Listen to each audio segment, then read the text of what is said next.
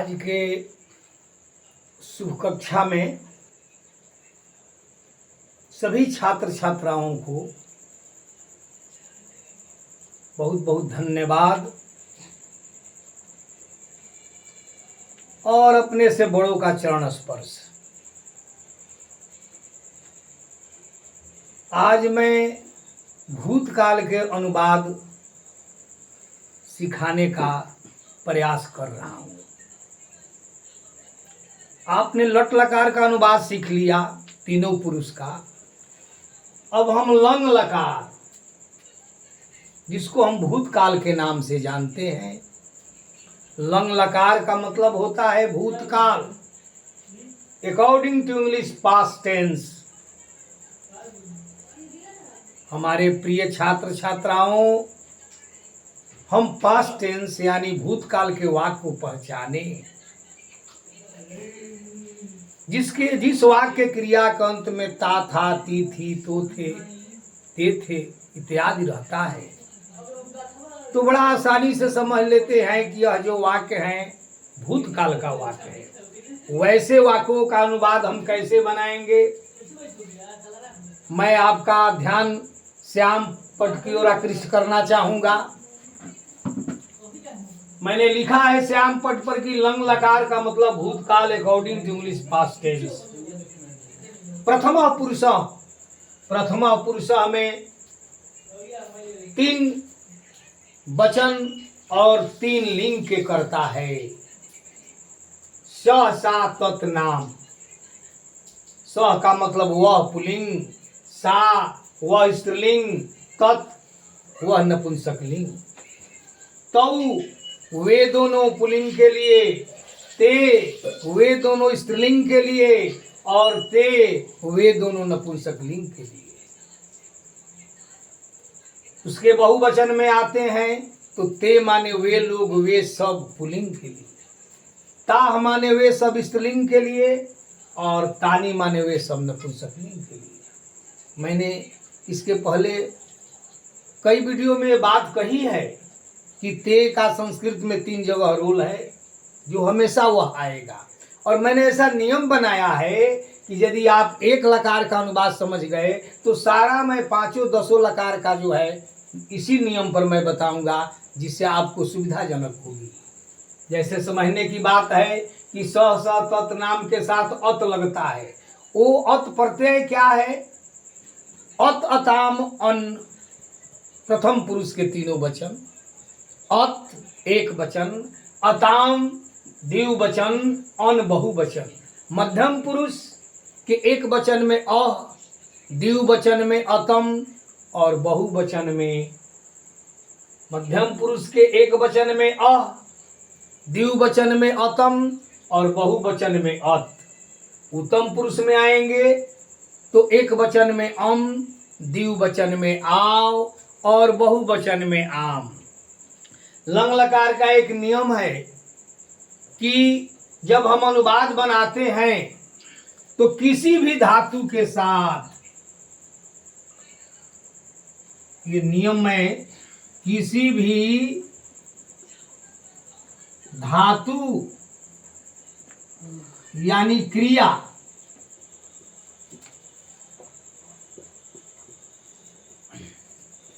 के साथ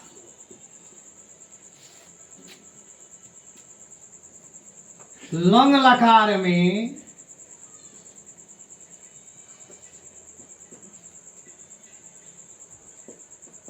अ जोड़ दिया जाता है।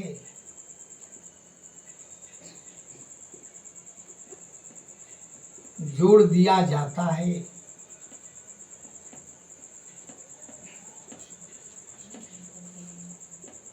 किसी भी धातु में, और तब हम इस प्रत्यय का संयोग करते हैं।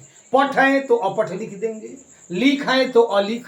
सबसे पहले हमारा ध्यान हो कि लंग लकार में हम धातु के पहले अ लगाएं और इस प्रत्यय का संयोग करें।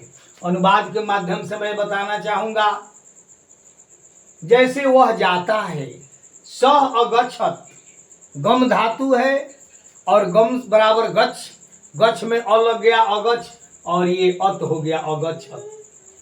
वह जाता है सह अगच्छत, वह जाती है साय अगच्छत, राम जाता है रामः अगच्छत, सीता जाती है सीता अगच्छत। एक वचन। द्विवचन में वे दोनों जाते हैं, पुल्लिंग में तौ अगच्छताम, क्योंकि यहां अताम लग रहा है, और वे दोनों जाती है ते अगच्छताम। बहुवचन में आते हैं जिसके कर्ता ते ताह तानी है, अन है, इसके साथ अन प्रत्यय लगता है। जैसे वे लोग जाते हैं, ते अगछन, वे सब जाती है, ता अगछन, वे सब पत्ते गिरते हैं, तानि पात्राणि अपतन। अन का धातु के अंत में प्रयोग किया जाता है। यह आपका अनुवाद है प्रथम पुरुष के एक वचन, द्विवचन और बहुवचन। जरा मध्यम पुरुष के तरफ मैं आपका आकृष्ट ध्यान करना चाहता हूं। त्वम के साथ अह लगता है, जुआम के साथ अतम लगता है और जुयम के साथ अत लगता है। उसी उदाहरण के अनुसार तुम जाते थे, त्वम अगच्छा, तुम दोनों जाते थे, जुआम अगच्छतम, और तुम लोग या तुम सब जाते थे, जुयम अगच्छा। स्त्रीलिंग में आए, तुम जाती थी त्वम अगच्छा, तुम दोनों जाती थी जुआम अगच्छतम, तुम सब जाती थी जुयम अगच्छा। कोई परिवर्तन नहीं, पुल्लिंग और स्त्रीलिंग का एक ही अनुवाद होगा। नपुंसक लिंग में भी आते हैं तो वहां भी हम अत का ही प्रयोग करते हैं। यह है आपका मध्यम पुरुष का अनुवाद लंग लकार में बनाने का, कि तुम के साथ अह, जुआम के साथ अतम, जुयम के साथ अत। केवल प्रत्यय को याद रख ले कि किस कर्ता के साथ हम इसके धातु में जोड़ेंगे, अनुवाद आपका 100% सही होगा। उत्तम पुरुष में जब हम आते हैं, उत्तम पुरुष के कर्ता अहम अवाम वयम है। अहम एक वचन, अवाम द्विवचन, वयम बहुवचन। अहम के साथ अम लगता है, अवाम के साथ आव लगता है और वयम के साथ आम लगता है। अब इसको अनुवाद के माध्यम से जरा देखें तो मैं जाता था, अहम अगच्छम, हम दोनों जाते थे, अवाम अगच्छाव, हम सब जाते थे, वयम अगच्छाम। स्त्रीलिंग में भी सेम यही स्थिति है। मैं जाती थी, अहम अगच्छम, हम दोनों जाती थी, अवाम अगच्छाव, हम सब जाती थी, वयम अगच्छाम। यानी जो अनुवाद पुल्लिंग का है वही अनुवाद स्त्रीलिंग का है। अगर एक पक्ष हम जान गए तो दूसरा पक्ष हम स्वतः जान जाएंगे इस अनुवाद के विधि से। और इसमें एक मैंने नियम भी लिखा है कि किसी भी धातु के साथ लंग लकार में अ जोड़ दिया जाता है, अलिख, अपठ, अगच्छ। पुनः एक बार मैं प्रत्यय को दोहराते हुए, स सा तत हो तो अत लगाना है, तो ते है तो अताम लगाना है, ते ताह तानी है तो अन लगाना है, और त्वम के साथ अ, जुआम के साथ अतम, जुयम के साथ अत, अहम के साथ अम, अवाम के साथ आव और वयम के साथ आम। ऐसा अनुवाद हो। जैसे राम किताब पढ़ता था, राम पुस्तकम अपठत, सीता किताब पढ़ती थी, सीता पुस्तकम अपठत, फल गिरता था, फलम अपतत, सब में अत आ रहा है अंत में। वे दोनों पढ़ते थे, तौ अपठताम, वे दोनों पढ़ती थी, तौ अपठताम, वे दोनों फल गिरते थे, ते फले अपतताम, वे लोग पढ़ते थे, ते अपठन, वे सब पढ़ती थी, ता अपठन, और वे सब पत्ते गिरते थे, तानी पत्राणी अपतन।